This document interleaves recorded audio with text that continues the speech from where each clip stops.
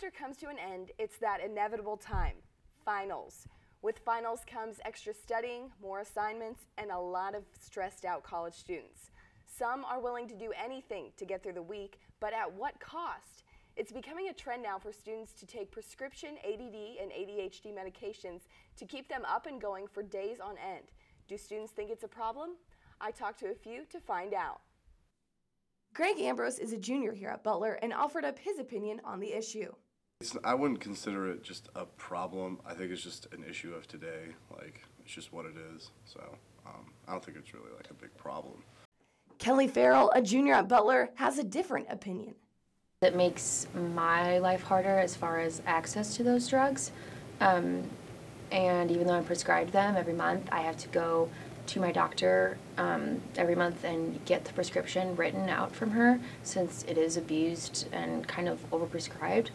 And I just don't think the students that do use it for, like, finals week is coming up and they're stressed, they don't really realize that they can take this drug and, you know, it helps them with their finals. But it's like people like me are prescribed it every day because we function at such a low level compared to their, their normal function. So it just kind of makes it an uneven playing field. Alicia Grubbs is a pharmacy major and shared her knowledge.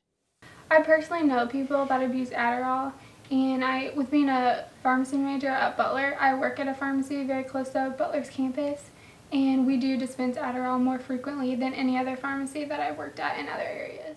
Here today to talk about some of the risks and concerns of amphetamine abuse by college students is Associate Professor of Pharmacy Practice at Butler, Dr. Kevin Toohey. Thanks for coming on the show today. Well, thank you for having me. Glad to be here.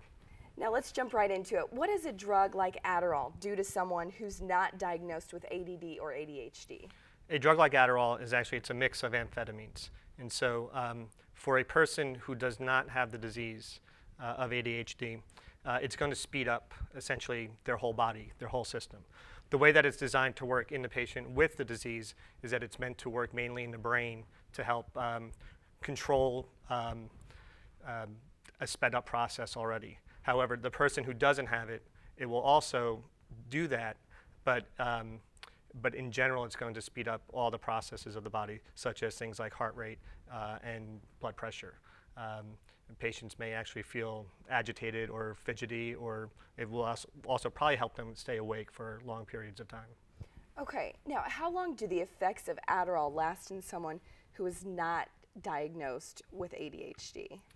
It depends on the actual formulation. There's two types of Adderall. One is an immediate release tablet that probably will last about 10 to 12 hours, or there's a extended release one which will last about 24 hours or so. Okay, now what kind of effects does it have for someone to stay awake on days on end? I mean, I've pulled all-nighters before and I just feel terrible after it, but for people who are taking this and they can stay awake for 24 hours at a time, what does that do to a person? Well, during that time period, they will probably be able to study pretty intensely, maybe have an increased recall of what they did study. But it's more so after the fact is where a lot of the issues come in. Because anytime that any of us, whether we're taking a drug or not, to stay up long hours or for 24 to 48 hours at a time, we are going to crash at some point. And what the person who's using the drug generally will actually crash harder than a person who's not. And so what that means is that even though someone's been using it, they've stayed up for 24, 48 hours, well now there's reports of people sleeping for 24 to 48 hours after the use has been ended. Okay. Why do you think it's so common for students to take Adderall and other drugs like Adderall when they're not prescribed it? Because there's a lot of information out there for years now, going back, and even when I was in college, these drugs were available, and word of mouth gets out that it can help you study, that they're considered smart drugs.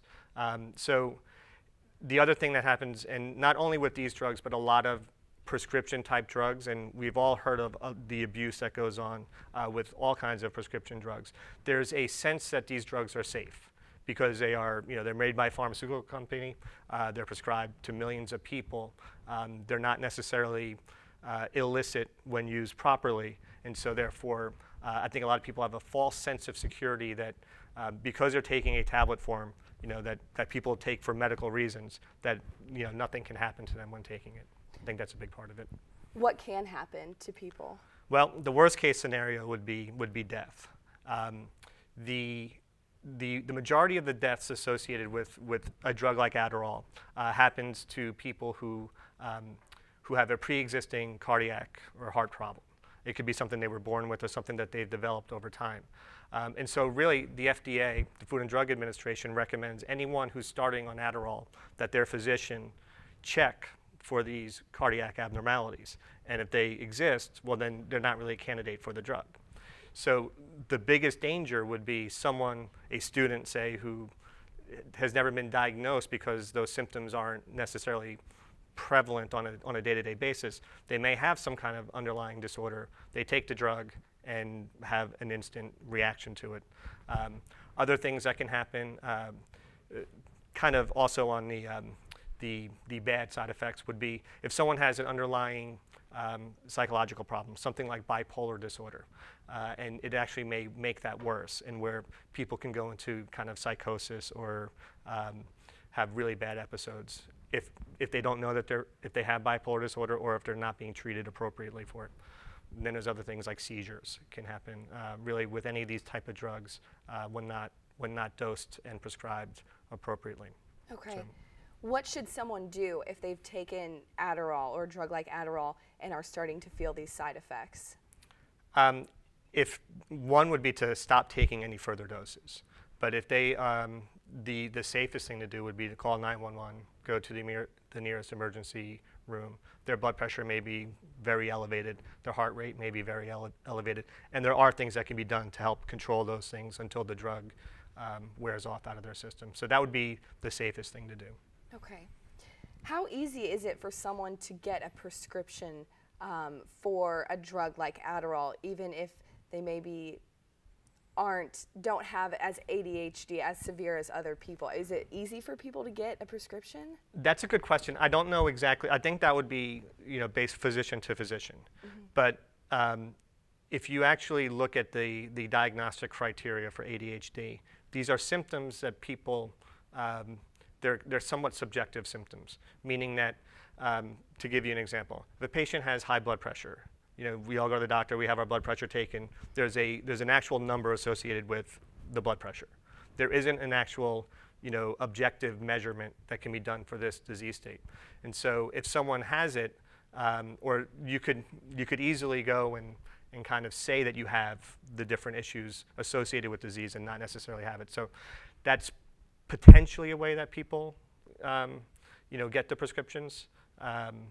And those symptoms or those criteria are readily available to be to the public.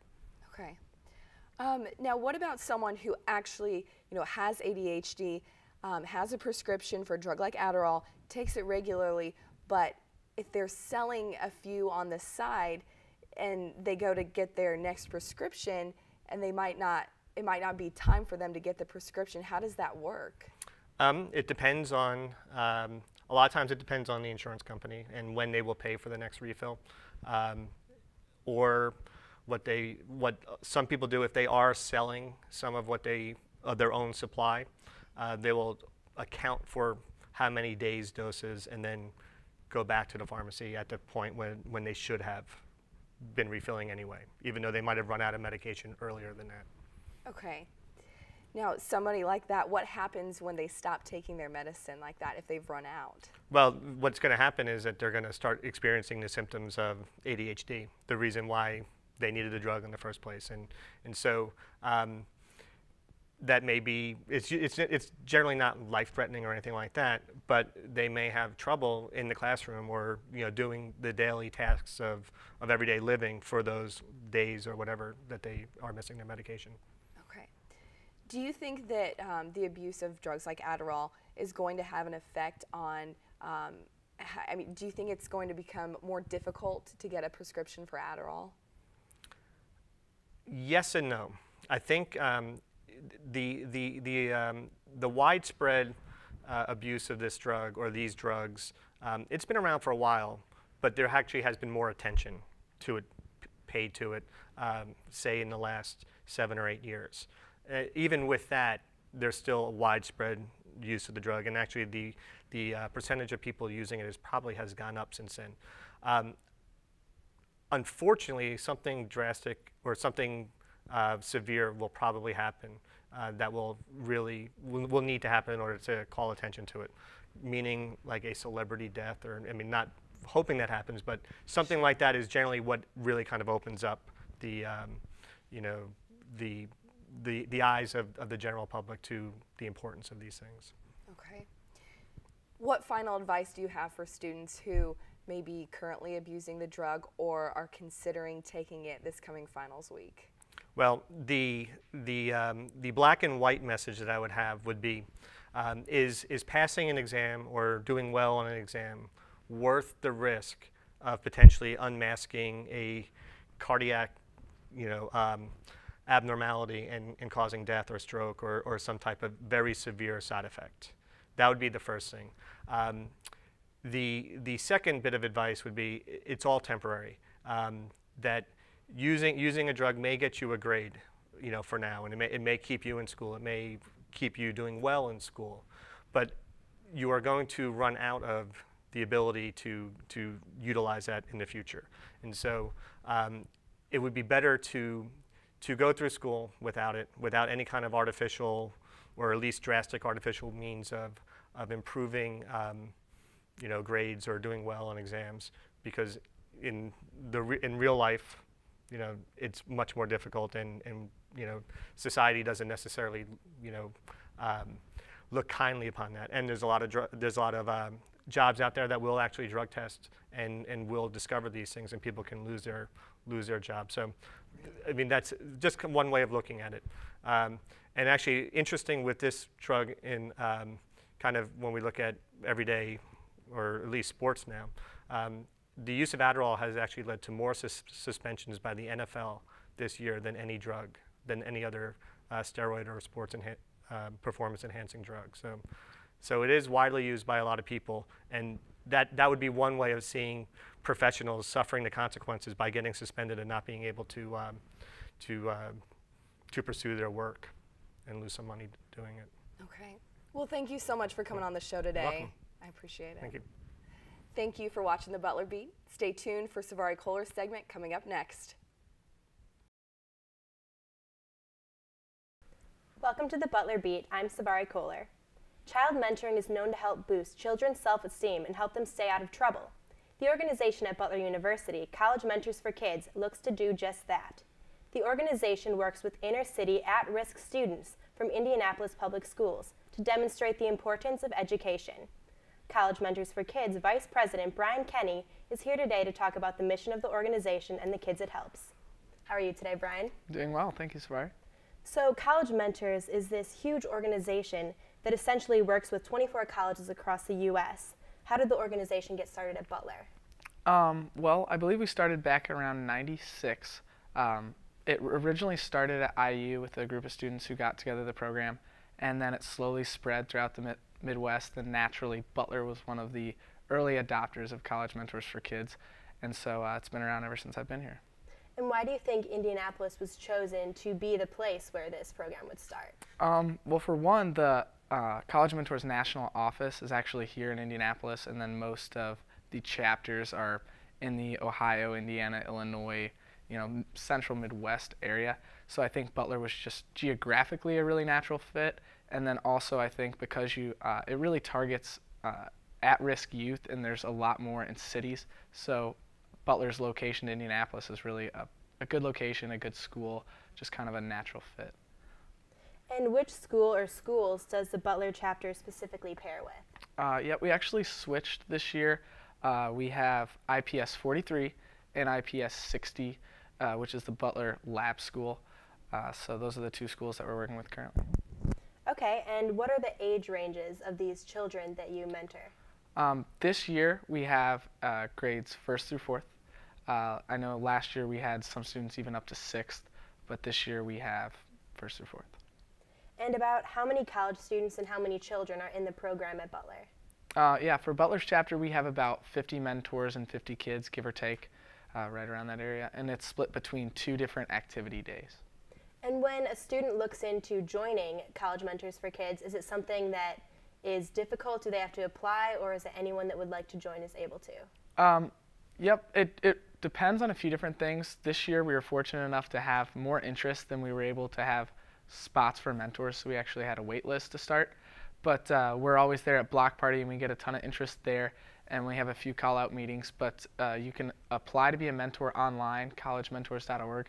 You just there's a short application. They have to run a quick background check, and then what we did as our exec staff is we interviewed all the incoming mentors to really make sure that this was something they wanted to do and that they were qualified, and then we selected from there.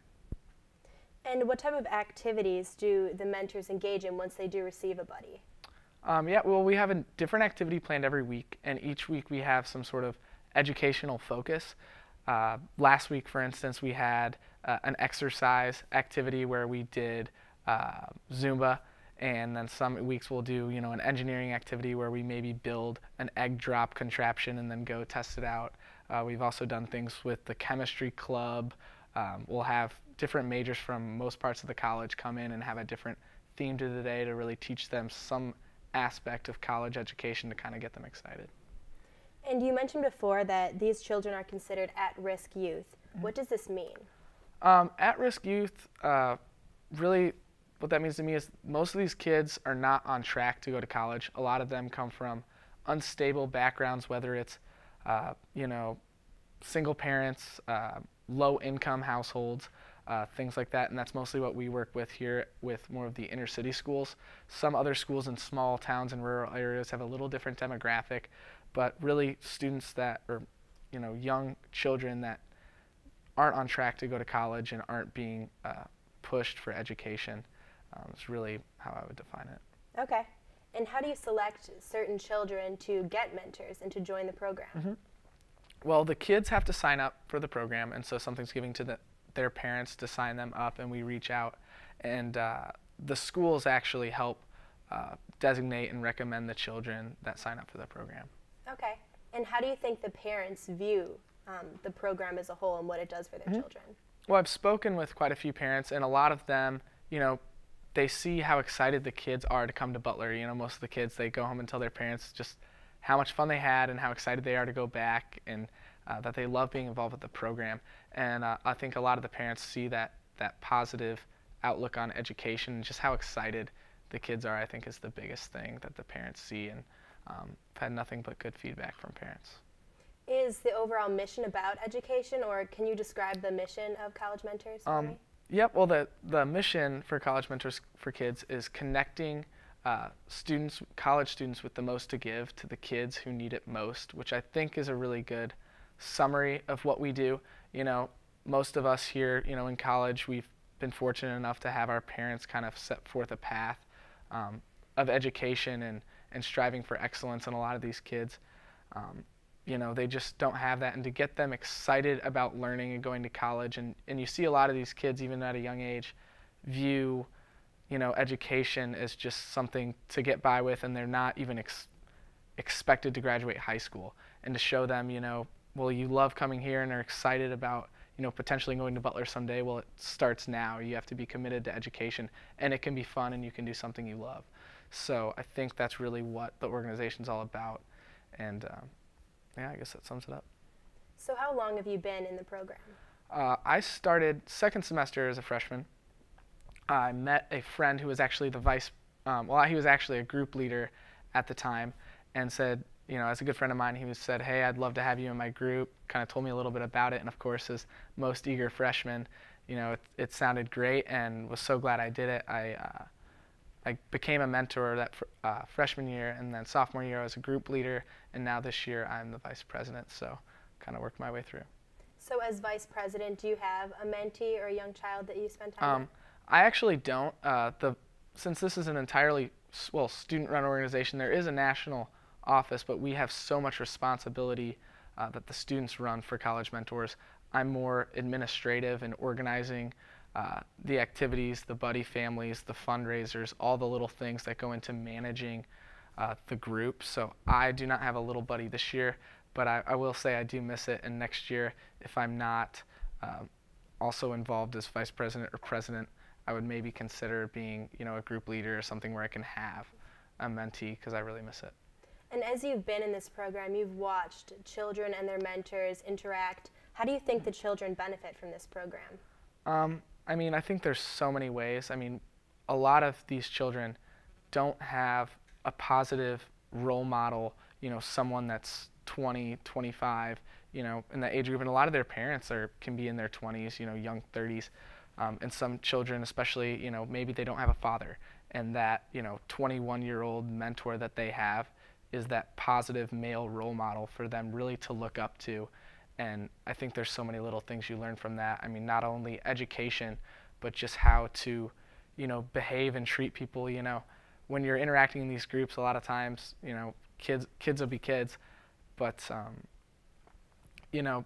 demonstrating, this is how you act, this is how you shouldn't act, this, showing them behavioral things, I think can also benefit a lot.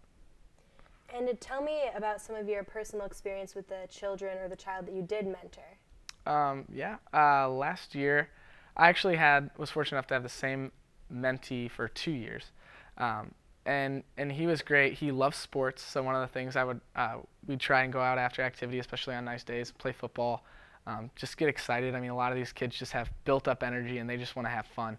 So most of the things we did, we were always laughing, joking, having fun, but, I tried to do as many things as I could to encourage education, would help him with his homework, kind of show him fun things about certain subjects. For instance, we may have an activity one day and they think, oh, this is, they kind of would rather run around, but then you show them, like, look at how much fun we're going to have with this, and then they get an interest in science or an interest in education. All these things were really valuable to me.